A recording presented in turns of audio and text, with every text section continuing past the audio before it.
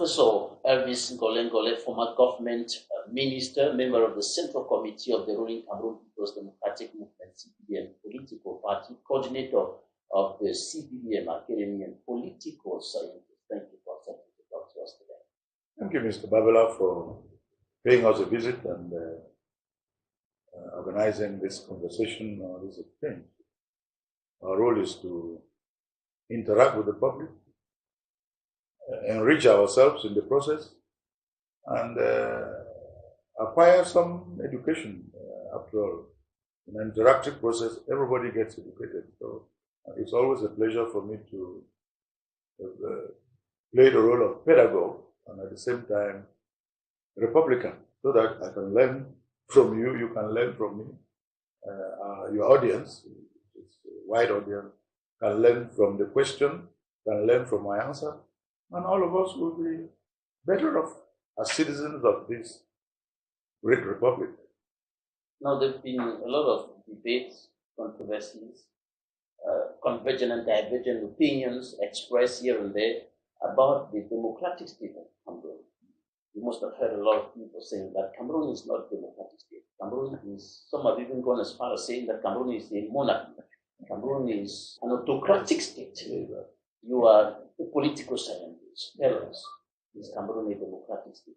Yes, without being a militant of any party, I have to say, without any doubt at all, that Cameroon is indeed a full democracy, which is growing and evolving, but it has all the pillars, all the ingredients, and I think even the will, the desire is there. And when you observe, since democracy came back to Cameroon and with the advent of President Biya to the Supreme Magistracy, we are on the right path. We are moving along the lines of making this country a true, genuine democracy. We are not old yet. There are democracies that are much older than us. There are democracies that are much larger than us. But to answer the question, is Cameroon a democracy? Naturally, obviously, without any doubt, empirically, meaning scientifically, measurably, Cameroon is, verifiably even, Cameroon is a democracy that is evolving, and it is evolving in the right direction. Yes, Cameroon's democracy has its issues, like all democracies do. There is no democracy in the world which doesn't have issues. But the issues of democracy or challenges of democracy does not unmake democracy. But those who, either by virtue or because of the issues of democracy or the challenges that they face of democracy, jump to the conclusion that Cameroon is not a democracy, either they are saying so out of frustration, or they are saying so out of ignorance, or they are saying so out of kind of denial, or just bad faith, because Cameroon is not an autocracy. Cameroon is not a dictatorship. Cameroon is not a monarchy. And it's good for people to know that a monarchy is not an undemocratic state.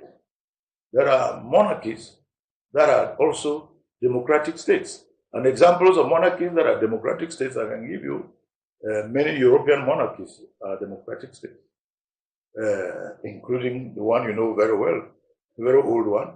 The United Kingdom is a monarchy, don't forget. It's a monarchy, but it is a democratic state because it's a constitutional monarchy. Japan is a monarchy.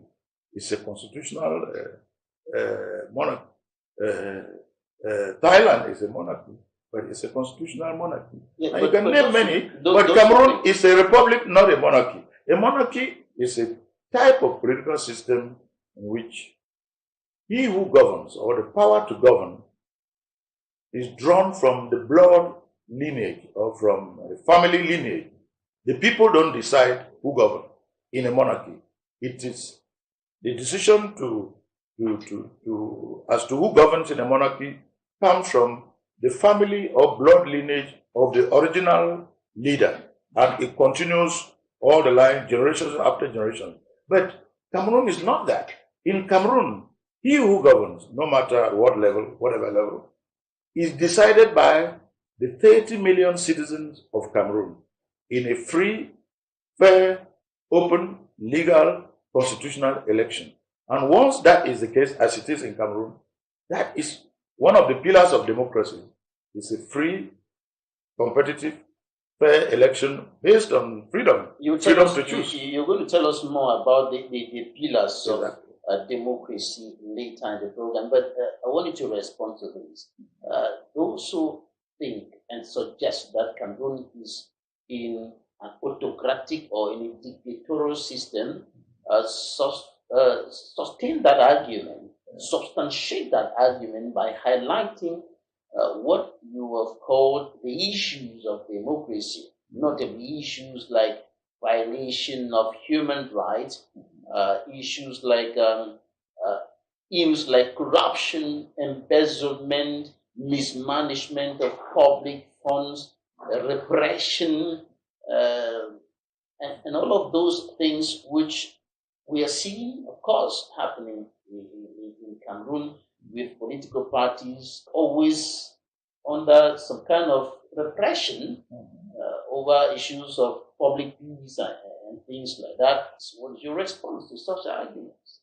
Yeah, as I said earlier, there are issues of democracy, but issues or challenges of democracy or problems, just to make it understandable to the common man, do not define and do not necessarily constitute a situation of non-democracy. And obviously do not necessarily, because of problems or issues, do not necessarily make a democracy a dictatorship or an autocracy. You know, I mean, you are talking to someone who has taught and has been a long time, not only a political science professor, but have been a long time professor of comparative political system, or what some people call comparative regimes. Look, a dictatorship is a political system in which one man, generally unelected, but even if he's elected, decides everything. He is the law. He is everything. And his will or his decision prevails over everybody's decision. He is the court, he is the National Assembly, he is the judge, he is the police, he is the gendarme. That's a dictator, and usually that sort of dictatorship is undemocratic. An autocrat is the same. I mean, it's the same word actually. It's a synonym of dictatorship is autocracy. Autocracy is a political system in which one individual is the alpha and omega. He is everything. He decides everything. His word is everything, and often it tends to be abusive or excessive.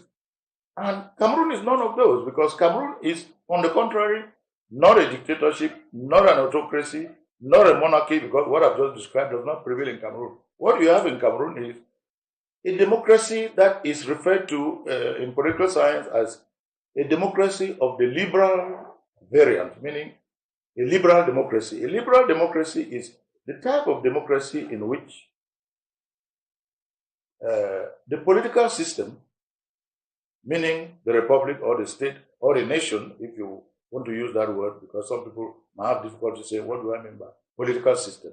The political system is a nation or a state which, according to its laws or its founding law, meaning the constitution, is either, it can be a republic, the constitution will say so, it can be a monarchy, the constitution will say so, or it can be a theocracy, the constitution will say so. In the case of Cameroon, from the founding of the republic, the founding fathers, who were visionary and who were wise, had decided that, based on the declaration of our independence in 1960,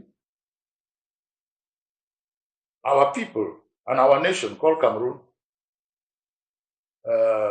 will be a nation in which it is the people who will determine who will govern them at every level. That is why the state that was created from 1960, the Republic of Cameroon, under the constitution in 1960, was that constitution referred to as the Republic of Cameroon, meaning a political system in which it is the people, citizens, not anybody else, in their sovereignty and in their freedom, who decide through elections to elect who governs them, mayor, regional president or regional councillor, senator, parliamentarian, president, and so forth and so on. So this is what the people decided from the word go. So we are a republic from the word go. In the autocratic system, or in the dictatorial system, there is one person whose word is law. Is law, who decides on everything. Yeah. Now, what is your understanding of the fact that in Cameroon, the president of the republic is the head of the High Judicial Council? The president of the republic is the commander-in-chief of the armed forces. The president of the republic is in every word spoken by every government authority, so to speak. In other words, every time the minister is speaking, the government authority is speaking, make reference to the president of the republic. As the president said, on her instruction, everything is according to the president. No, in the case of Cameroon. Does that not look like a dictatorial? No, it doesn't. It doesn't. First of all, you are referring to what, by your question, you are referring to the powers granted to the president of the republic, head of state, chief executive of the republic, by the constitution of the republic. These are powers given to him. But those powers are not dictatorial powers. They are not autocratic powers because according to our constitution, which is a republican constitution, which is a democratic constitution, because that is what it said since the 1960s, by the way. At some point, we became a one-party system and somehow went a little off of that. But with the advent of President Biya in power in 1982, he announced that, and by 1990, he put Cameroon back on the path of that liberal democracy. And by your question, you are referring to those powers, which the constitution, which is a liberal constitution, a republican democratic constitution, by the way. In fact, the most democratic and the most human rights conscious constitution Cameroon has ever had in 65 years. You are describing or referring to the powers granted to the president of the republic in his capacity as head of state and chief executive. And those powers do not make him an autocrat or a dictator, because those powers do not make the president, he is not the general of the army or the lieutenant or the colonel. He is not the judge or supreme judge, chief of the Supreme Court. He is not the president of the National Assembly. He is not the president of the Senate. So the powers you are referring to are constitutional powers given to he or she who, in our democratic and republican setting, is elected or has been elected as president of the republic, but that does not make him an autocrat or a dictator, because he is not, first of all, given his political manifesto, given his political vision and political philosophy, which you all know, given his political program, given our constitution, there is no iota of democracy. You said no iota of... No iota of autocracy or dictatorship, because the fact that he has those powers, which you have just referred to, president of this or president of that, but he is not the one who judges a case in court. He is not the one who administers a war or a conflict situation. He is not the one who adopts law in parliament or in the Senate or in the National Assembly. He is not the one who deliberates in a regional assembly or in a regional council when they decide. He is not the one who deliberates and decides when a council, in a local council under the mayor, meets. He is not the one who decides in a village where there's a village fund or a village chief or a village ado. He does not have those Whether a dictator or an autocrat is someone who exercises absolute powers. But in the Cameroon setting, as it is the case in the setting of all the liberal democracies, particularly in republics such as Cameroon, the president of the republic, in spite of those powers, or with those powers that you just indicated, given to him, by the way, given to him by the constitution of the republic. But in the case of a democrat, in the case of an autocrat or a dictator, the powers are not given to the president. The president confiscates or seizes those powers.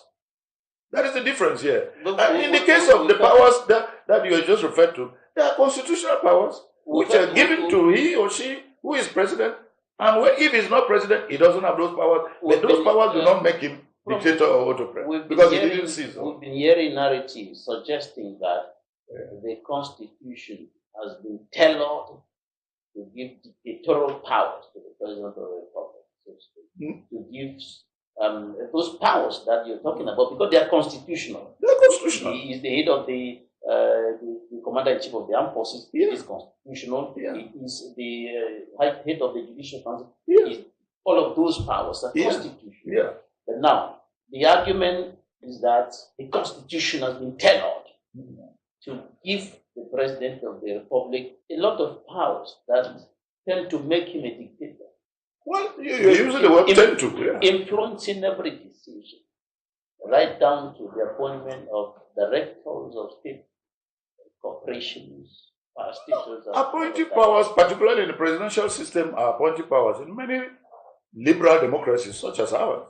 The appointing power of the president, if it's a presidential system such as ours, which is we refer to in Cameroon as semi-presidential system. Well, a semi-presidential system is a kind of presidential system. That means it's a system of governance in which the Constitution gives certain powers or overwhelming powers to the President of the Republic. But again, I insist, it is the Constitution. Now, if you are referring to that, which is a Republican Constitution, by the way, now you are referring to that Constitution as a Constitution which was tailored to give powers to the President of the Republic. I say this with regard to that question.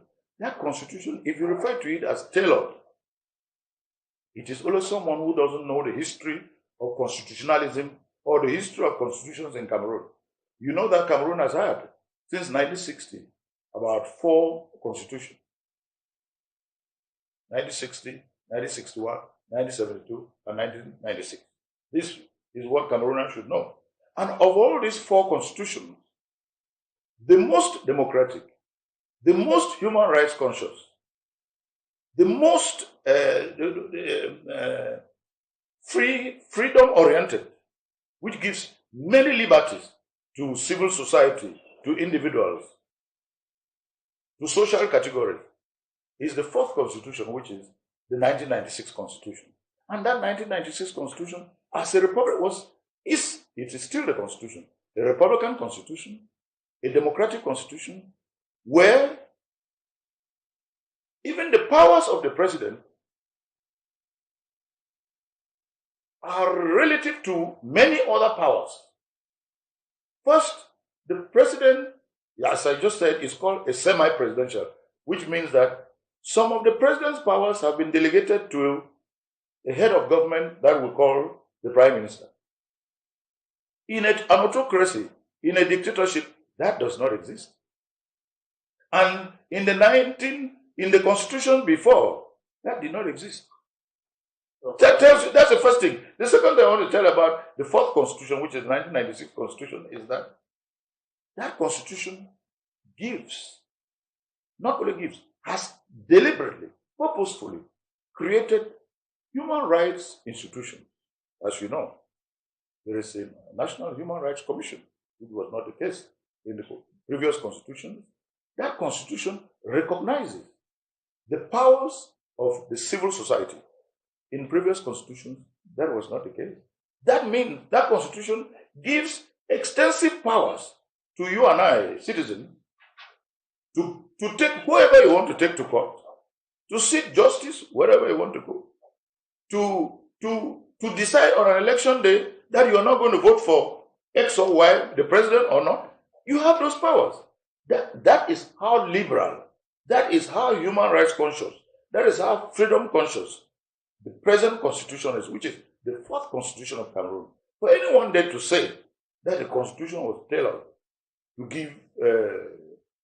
to suit an individual, that person either has not read about or is not aware of the previous three constitutions to be able to know how liberal and this constitution is compared to the first three constitutions. And also that person does not want to be fair or does not want to be objective because, sure, there is no constitution in the world that is perfect. In fact, we tended to refer to the American Constitution as being one that is perfect, but Americans are humble enough, I like them, because they are the first to tell you that we are always seeking to be perfect. We are not yet perfect. We are looking for a way to be perfect. So that is the way we too should be humble to say. I want you to give a response to an opinion. You must have heard some Cameroonians saying that because you talked about the Prime Minister, yes, who is exercising some of the powers delegated to him by the president. Now, you must have heard some Cameroonians say that the Prime Minister is a stage. Well, that's a word that he decides not. No, that is a word. To use that word is first of all unfair to say that a functionary at that level, where is exercising delegated powers of the president, that word, you know, in our culture, it's not fair to use certain words. I mean, to say it's stooge, it's not a right way, it's not the right language. That's inappropriate a word to use. And I think it's empirically wrong, scientifically wrong, politically wrong, because the Prime Minister of the Republic is recognized by the Constitution. And if the Prime Minister is recognized by the Constitution, how can someone then say, what is a constitutional provisional disposition? One uses the word stooge. I don't think that is. It's not.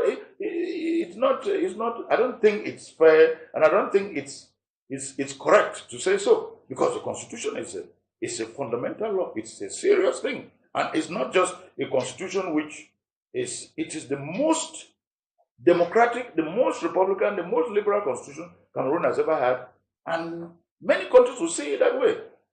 And if in the position of Prime Minister, who is that personality, whom the Constitution recognizes, and it's exercising the role of head of government, meaning the president, in his powers, as constitutional powers as president,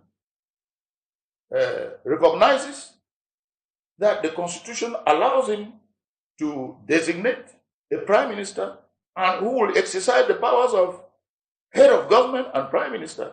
That is not a position of a stooge. That is a position that is of responsibility, high responsibility for that matter. That's a position of very great of great political power, and we should take it that the Constitution didn't make a mistake, and the president cannot make a mistake by respecting the Constitution, and therefore the Prime Minister, in the capacity as Prime Minister and head of government, is doing his job legitimately, legally, managerially, and is doing it appropriately and correctly. And for anyone, because either you expect more, or you expect something else, or because you don't agree with something that the Prime Minister does or ought to do or is not doing, you cannot then conclude or jump into the conclusion that, it's not a position of relevance, and you begin to use such words which we only use in colloquial circumstances. You cannot use such word in the context of in a context of civility and of values, because that's a functionary, a personality who exercises some of the powers that the president has delegated to him.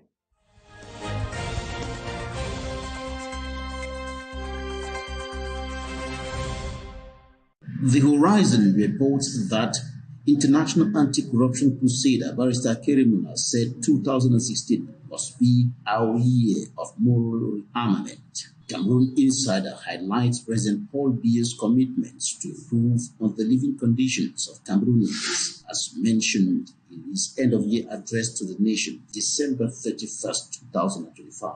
According to the Guardian Post, Professor Victor Barca, advocate, has expressed fears that without a deterrent move in the context of endemic corruption and embezzlement, the 50 billion francs CFA youth entrepreneurial support announced by the President of the Republic might be diverted to individual pockets. The dawn, lions unleash their might to tame South Africa. The paper reports the victory of the indomitable lions of Cameroon over the Bafanas of South Africa to make their way to the quarterfinals of the ongoing Africa Cup of Nations in Morocco.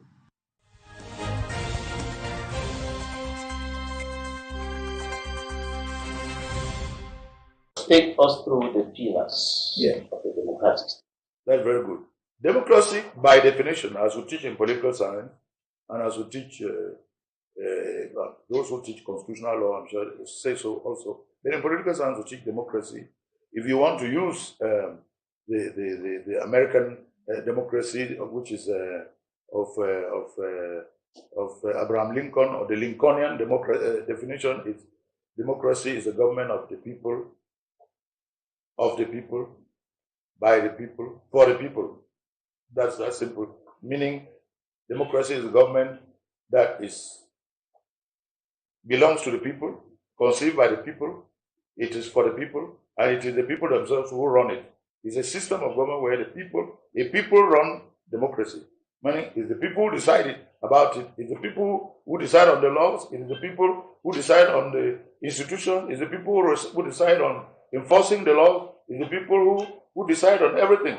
But what that definition, the Lincolnian, meaning Abraham Lincoln, the great American president who gave that definition, he was right, by the way, because we teach it. What that definition does not tell you about democracy is that it does not tell you how the people do it. Now, in political science, other political scientists try to go to the extent of telling you how they do it in another definition, which is not actually contrary to the Lincolnian definition. We say democracy is a system in which the people decide through elections, by their participation, they decide on the institutions, they decide on the policies, they decide on the laws, they decide on policies, they decide on who does what, when, and how. This is scientifically for you to bring it down. That means that the people decide on, first, the foundations of the society. And in that foundation, the foundation law, or as you say, the foundation of that society is the people who decide it, and the foundation is always the first law, which is called, in law and in political science, the Constitution. Or you can say the founding law, or the supreme law, which is generally the supreme law. The Constitution is the first act after a people declare themselves a sovereign people, a sovereign society, which is a state or a nation. The Constitution now, which is the first law, decides how that state, how that country, or how that nation will be governed. And generally, as a democracy, because it is the people, they decide, therefore, through that Constitution to create the government as the first institution. And in creating that government, they decide who does what in that government. And it is the Constitution which decides. And in most constitutions in the world, particularly liberal, republican, democratic constitutions, it is Constitution that decides that the government will be will have three branches generally. That is almost a universal rule. The government will be a trinity. The executive, meaning the executive government. The legislature, meaning the parliament. The parliament can be bicameral, which means Senate and the National Assembly or House of Representatives, or the government can be unicameral. The parliament can be unicameral, which means just one chamber. It is the Constitution that decides how the court system or the judiciary system will be organized, and it is that creates the judiciary as a power. So the executive is a power under the Constitution, the Parliament is a legislative power, and the judiciary is a legislative power. It is still the Constitution that decides how the people, therefore, will relate, the relationship between the people as citizens and each of those powers.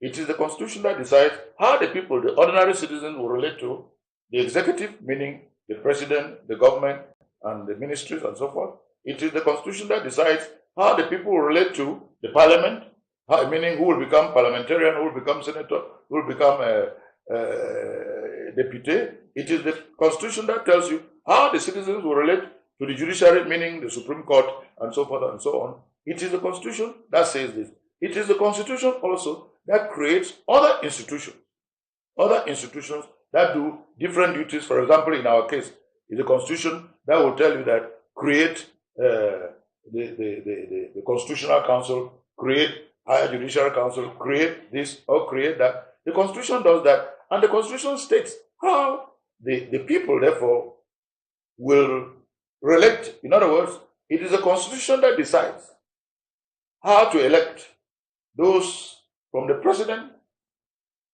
meaning those exercising executive powers of the state. It is the Constitution.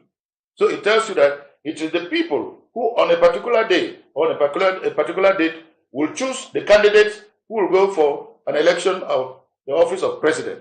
It is the Constitution that tells you who the people will choose to be a candidate for the office of senator, for the office of deputy. It is the Constitution that tells you how the Supreme Court is organized and how the Supreme Court functions. All is in the Constitution. That's why we say, for those who have studied Constitution, the functions of every Constitution in every constitutional republic, constitutional state, are the following. 1, the Constitution defines the liberties of every citizen and their limits. 2, the Constitution defines the organization of government. Government, in this case, not the government in its the government in its trinity. It is the Constitution that defines the government, meaning who is chief executive, what is chief executive and what is its role, what is parliament and what is its role, what is the judiciary and what is its role, and what is the role of the other institutions. It's the Constitution that defines that. It is also the Constitution that defines what is the relationship between the citizens, the ordinary citizen like you and I, and these institutions. The citizens know that by creating the Constitution, which is their Constitution, and by having the Constitution that defines the role of each of the institutions that have been created and the relationship between the citizens and those institutions, the country functions on the basis of that constitutional organization, and the people who have created the Constitution abide by the very Constitution they themselves have created. They don't violate that Constitution. They follow. That Constitution becomes like a Bible. It's almost like a Christian or a Muslim cannot afford to violate the Bible or the Quran. You cannot do that because it is well, the Quran or the Bible, we say is God's word, but the Constitution is the word of the people. Right. And it's the people who have conceived it, and it becomes like a political Bible of the citizens of every nation, and they follow it thoroughly. And the government, therefore, is organized, meaning in terms of hierarchy, in terms of institutions, and it functions according to what the Constitution says, and the people simply follow their own instincts, follow their own will. So we tend to define the Constitution as the expression of the collective will of the citizens of a particular country. That is how we refer to a Constitution. It's the expression of the collective political will of the citizens of a country. And once they have expressed that will is couched in what is a Constitution. And that Constitution is a foundation stone. You don't just change it anyhow. And particularly in a democracy, which is a liberal democracy like in Cameroon, you don't just change the Constitution anyhow. But guess what? If it were in an autocracy, and in a totalitarian or in a dictatorship, we will not be saying that, because a dictator, an autocrat, does not care about that. Right. Right now. But in Cameroon, we do care. Right. And the president and all others functionaries care. Right. And they respect. As you know, our president respects the constitution a lot. And the laws a lot. You know this yourself. You talked about the three arms of the state. Of the government. The executive, of the government. The executive, the legislature, and the judiciary. And these three work together in or under the principle of separation of powers. Exactly. Tell us more about this principle of separation of powers. I'm very glad that you asked. You've asked it from someone who is, I like to rather be humble enough to say, a student of American political science. I studied political science, and that's what I've been teaching, and I've taught it for since the 1980s. In American political science, the principle of separation of powers does not mean separateness of power, and does not mean... What's the difference? No, that's good. I'm glad that you are insisting. It does not mean non-collaboration. It does not mean conflict either. This principle of, it's a question that we have asked and students have asked over the years in class, in courses, introduction to political science, American state and local government, and so forth. The difference is that the principle of the separation of powers, in all its understandings, is that each of the arms of government, the executive, the legislature, and the judiciary, work as the Constitution expects of them, in institutional conscience, in institutional autonomy, in institutional purposefulness, as an institutional mission, to serve all of them. Each of these branches, constitutional branches of government, serve only one purpose. They serve the state. They serve the republic. And as you know, the state and the republic are the same thing, by the way. The head of that state, of that republic, is the elected, or not elected, the president of the republic who is elected by the people. And so in their organization, which is set by the Constitution, they function as members of the same republic, members of the same state, members of the same destiny, members of the same family. And in carrying out their work, in functioning, they don't fight with each other. They don't engage in conflict with each other. They don't run away from each other. They don't show animosity towards each other. Rather, what they show is, they show complementarity, they show collaboration, they show institutional understanding, institutional cooperation, and it allows the state, which is the republic, to continue to benefit from them in the principle of separate but equal. I don't know what you say, but equal. They cannot be equal, first of all. When you say equal, they mean they are equal before the Constitution, before the law. There. But the separate but equal principle does not make them separate from one another. They are not. 99% of the time, it doesn't matter which country you take, by the way. It doesn't matter which liberal constitution you look at, Republican constitution. There's a lot of complementarity. There's a lot of understanding mutually. Complementarity in independence. In independence. Complementarity in independence. But that independence, again, people misunderstand what the word independence is. People take the word independence to lens which is not. The independence here is not a sovereign independence whereby you are a wall, a distance. It's not a kind of isolation. Isolation from the other. No, they are not in isolation from one another. They actually, on a daily basis, because they have one mission, they have one destiny, they are of one family, meaning the state of Cameroon, or the state, or the republic. They have an institutional conscience which is wonderful, which is exceptional. There are men and women who, first of all, they are either elected or they are appointed, depending upon the political system there is and the system of government. And they never ignore, they never lose sight of the fact that even though I'm in the executive, meaning the government, or the other in the parliamentarian, meaning in parliament, or the other is in the judiciary, they don't fight with each other or against one another. They don't quarrel with one another. They don't run away or create wars or conflict with one another. Most of the time, they seek understanding, collaboration, complementarity for the good of only one thing, the family. For the good of the state. When I say the family, I mean the national family, the nation, the state, the republic. And naturally, he who heads that family, he who heads that state, he who heads that republic is the head of state and the head of the president of the republic. And what happens is he benefits from that genius. He benefits from that wisdom. He benefits from their expertise. He benefits from their goodwill. He benefits from their consciences. He benefits from that because he knows that it is the value of the Constitution. It is the Constitution is at work. Each person is working in their institutional capacity, but they're not working apart from the other.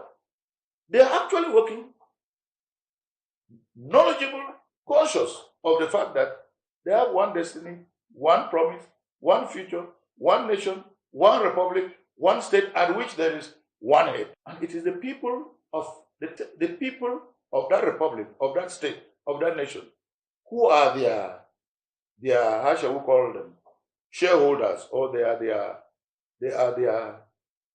the people, the reason for which they are doing the work they are doing.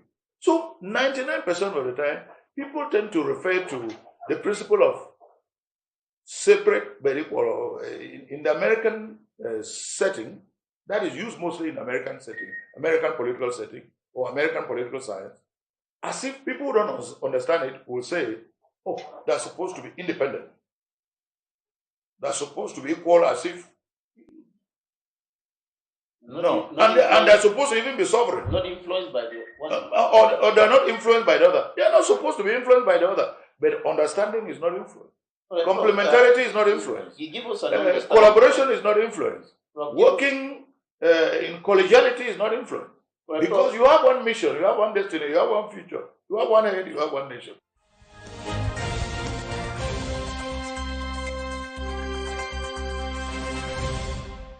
Buying AK-47s on both sides of the fight to come and fight each other, brother fighting brother. Buying armor cars, littering them on the streets of Bamenda and the streets of Boya, as what we are seeing as of today. It doesn't make sense. It tells of a leader who have chosen not to listen to the voice of his people. Cameroonians are killing Cameroonians for no just cause. The military option will never bring a lasting solution to it, because this thing is in the vein, it is in the spirit of the people. We have been opting for the voice of reason, and that voice of reason can only be a dialogue, not a CPDM-made dialogue. A dialogue that Cameroonians should talk to themselves in sincerity, in love, in truth, in reconciliation. I think the problem of Cameroon is not about the government. The problem of Cameroon is about the method, it's about the mindset, it's about the measurability of targets. You know, if you put Cameroon practice what we call rotational government, not new government, because when we talk about the new government, it doesn't really exist in the Cameroon dictionary. It's rotation. Today, Minister of Education, tomorrow, Minister of Agriculture, the next day, you are the Minister of Sports and Physical Education. That's rotational government. What we need is people who have methods, who have a mindset that works, and who have a measurable target.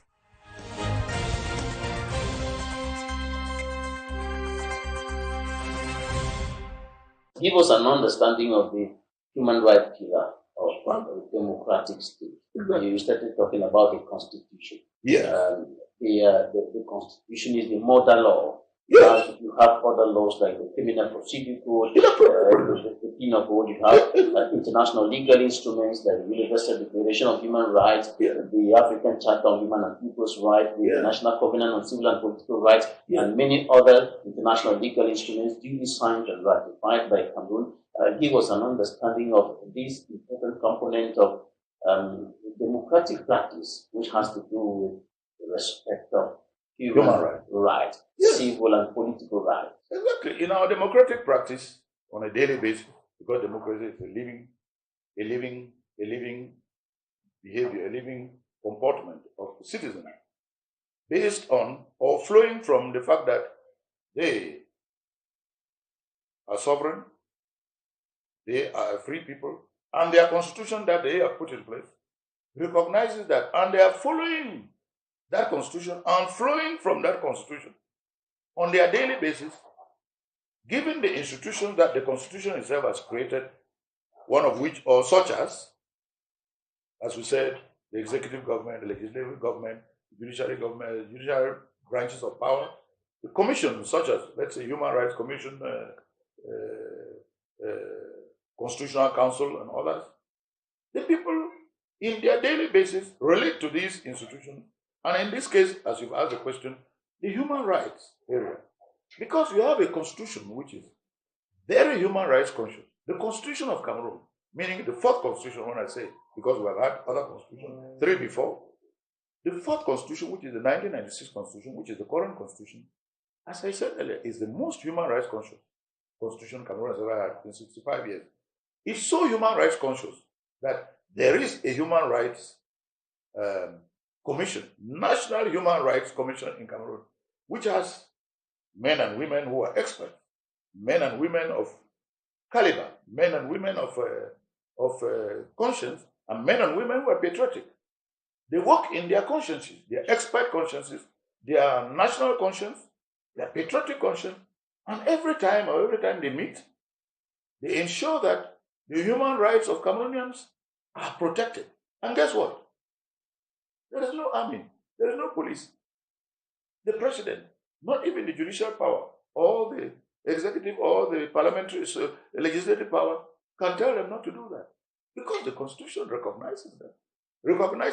That they have that mission, they have that responsibility, and they do it in their consciences, and we have to appreciate them for that. And in doing that, who benefits? It's you and I, the citizens benefit, the nation benefits, the state, the republic benefit, and the Constitution is given its true value.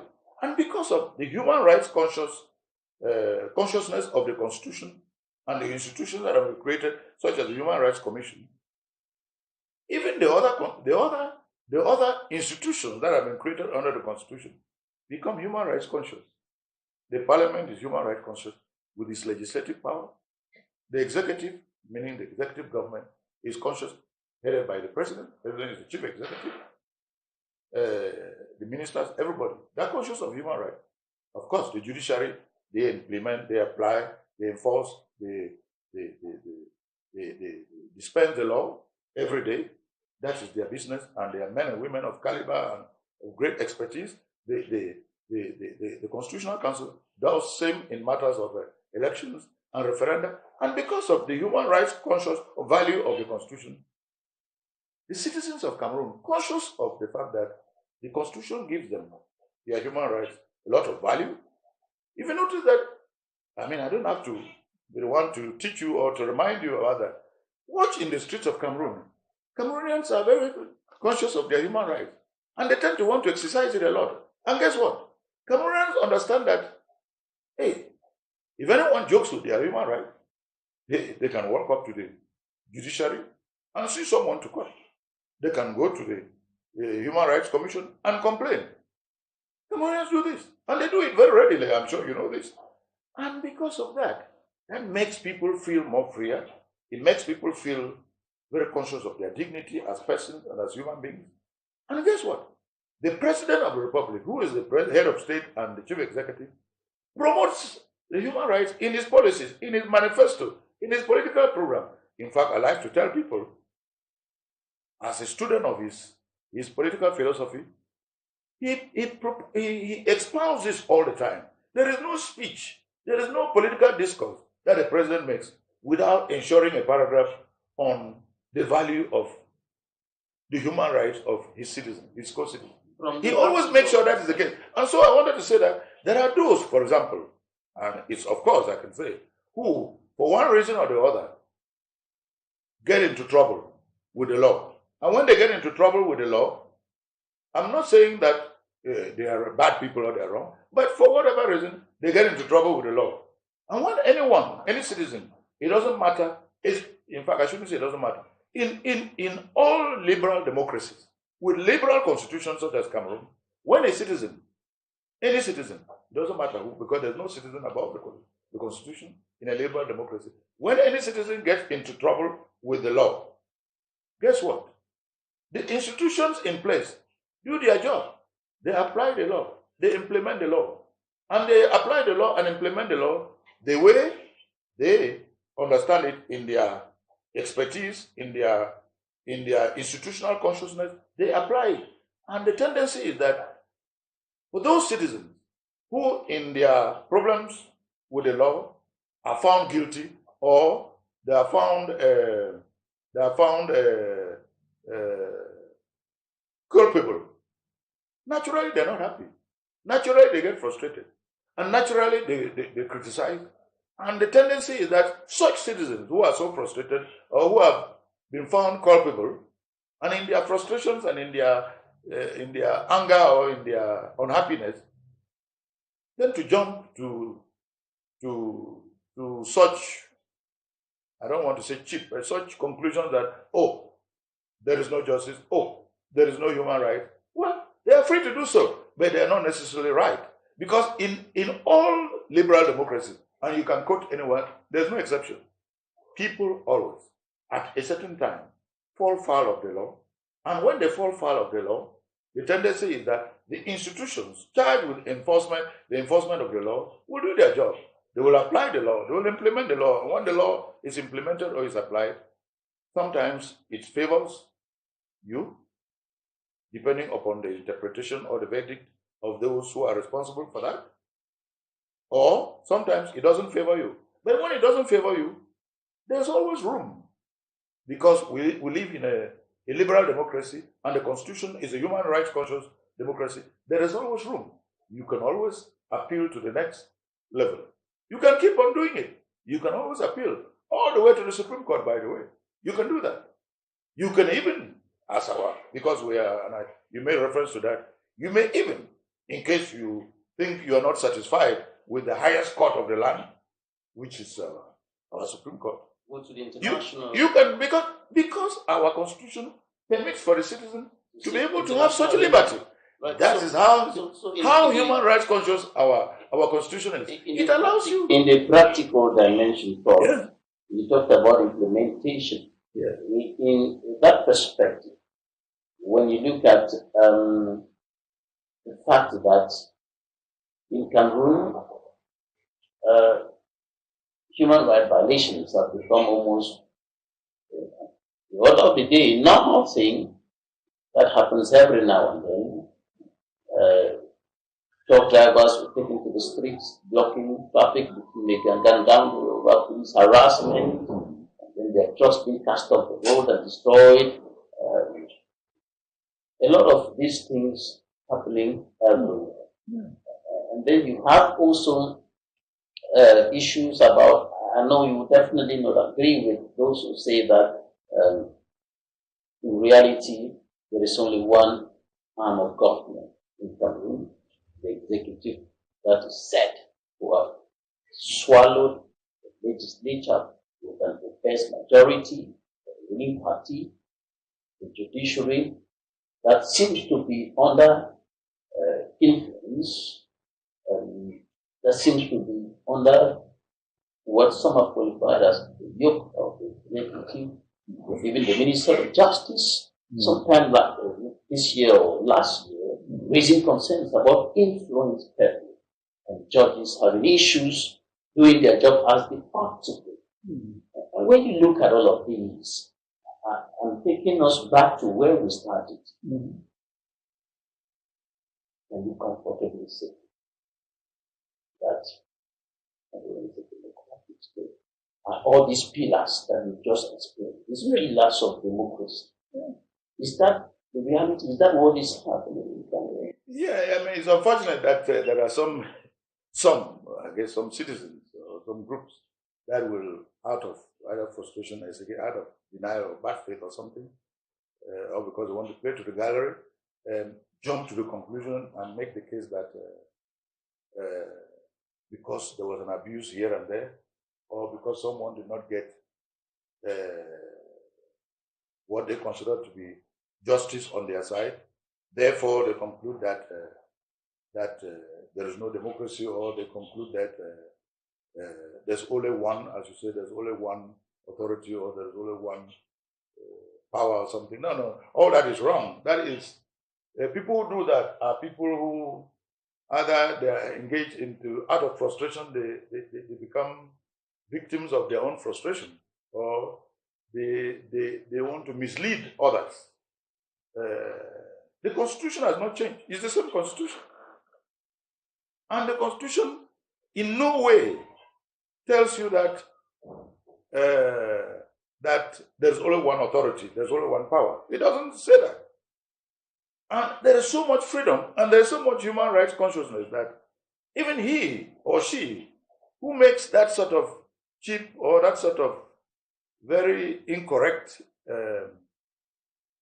conclusion about the state of affairs should humble themselves and try to ask themselves the question, how honest are they to make such conclusions? The truth of the matter, empirically, scientifically, measurably, the truth of the matter is that if you're not satisfied, the Constitution is your partner. And the head of state has sworn to respect that Constitution. That's why it takes. And given his political philosophy, he has made it that it is in our political culture, it is in our legislation, no matter what institution you take, to make sure that that Constitution is respected. That means that you shouldn't be quick to criticize or to conclude that, oh, there's only one power, there is no, because the head of state is liberal enough, is constitutional enough, is respectful enough of the Constitution, and he doesn't in any way stop, prevent, you use the word influence. He doesn't tie the hand of an expert soldier, an expert judge, an expert journalist like you or like others, an expert parliamentarian, or an expert engineer who is a minister of something, or an expert judge or whatever. In fact, the head of state is so liberal and so constitutionally oriented and minded that, guess what? Because of the Constitution, and given the Constitution, or because of the value of that Constitution, as you know, in spite of all the noise you hear, the legal profession, and in particular, the Cameroon Bar Association, is more powerful today than it has ever been in 65 years. You know the rest. They do what they do. Many think that the bar has rather shifted backwards. Of course, the bar has the right. Bar president, Barrister John Dobla, late Barrister John Dobla. Yes. Many are thinking that the bar has kind of taken some backwards. No, how could the bar take backwards? Because every day the bar is backing, the bar is the bar is talking, the bar is the bar president, Barrister Eric. Barrister I followed him yesterday. The bar is doing his job. The bar is doing his job. And guess what? The bar is doing that job. Thanks to the bar is what it is, powerful as it is, and doing what it's supposed to do. And I think they're doing what they're supposed to do. Thanks to what? Two factors. One is thanks to the Constitution, which is a human rights constitution, which is a Republican constitution, which is a democratic constitution. Two, thanks to the political vision, thanks to the political program, thanks to the political will of the chief executive, the head of state, and president of the republic. Because that is his political program, that is his political philosophy. He does not want the value of the Constitution to be tampered with or to be mortgaged. And I think this is good for the future of our country. Take us through the responsibilities of the people in a democratic system, in the governance of a democratic system. In a democratic system, because a democratic system is a people-driven process. It's a people-driven system, as I described it, whether it's the Lincolnian version you take, or the scientific, very scientific version, empirical version. The people, by virtue of the definition of democracy, have the following responsibilities. One, you must always show love of country. You cannot do without. You cannot be sovereign, a people, with a sovereign constitution that you put in place and laws that flow from that sovereign foundation. Is like, you can't run away from your house that you built. The foundation is there. If because there is whatever we call it troubles, you cannot run away from the foundation. You built it. So the people have the duty, the obligation to be faithful and to count on and depend on their country, on their fatherland. I love to say, I should say to students of political science, a fatherland. You can also use the word motherland, by the way. It is because we're in a patriarchal society that we say fatherland. You can also say motherland because it's a land of both your father and your mother. Would you say your father and mother were wrong? Of course, you cannot say that simply because you are frustrated, because you have a problem. No. You must show love of country because it's the land of your father and mother in a democracy. In fact,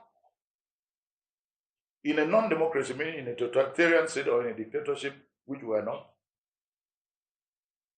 it's a crime if you're not patriotic, if you don't show love of country. But in a liberal democracy, it's liberal. You are free. But you are reminded by the Constitution and other laws that, the minimum which is expected of you is that at least show love of the land in which your mother and father gave birth to you, and that is your state, your nation, and so forth, which is your republic. Two, you have a responsibility to participate because it's a democracy. It's a people-driven, you and I driven process, you and I driven system. You must participate. It is not French people, Americans, British who will participate for you. The decisions that are made, whether to elect somebody in the executive branch, to elect somebody in the legislative branch, to elect somebody in the judiciary branch, to elect somebody in the regional assembly or council or in the local council, depends on you. If you don't participate, you are absent. And as you know, there's a saying, those who are absent are always wrong. Don't put yourself on the wrong side of history by being absent. Participate. That is why we, all of us, sensitize, educate Cameroonians to register in the voter registers, because voting is an element of participation, is one way, one form of participation. Third, your obligation is you yourself have to give respect to the Constitution and the institutions which flow out of that Constitution. Because the Constitution is your Constitution. If you don't give respect to it, if you don't give respect to the institutions, if you don't give respect to those who have been elected or called upon to animate these institutions, you're going to give to who? Why would you think that you are doing a great job if you give respect to the president of another country or a functionary of another country, but you don't do it to your own country? If you don't do it to your own country, who will do it for you? And if you don't do it to your own country, you're not helping yourself. You are actually hurting yourself, because if you don't respect your people, don't expect others to respect them. So you need to respect your laws, respect your institution, and respect those who participate in them. And fourthly, you need to develop a culture, a mentality that is appropriate, that can enable you to move forward, that can enable you to overcome problems, that can enable you to be more creative and create solutions to your problems. And that mentality is anything but pessimistic. That mentality is anything but negative. That mentality is anything but quarreling, grumbling, cursing. No, that mentality is what? A political culture. A political culture which is constructive, optimistic, civil, respectful of the freedoms of others, and open to a future full of sunshine, a future of brightness, an optimistic future. That's your obligation. That's a minimum. I mean, there are other obligations, but that's a minimum. In other places, you expect to, in some countries, it's a must that you must participate in serving in the army. Some others, you must participate in a community help in the community. You must be a volunteer in something. There are others.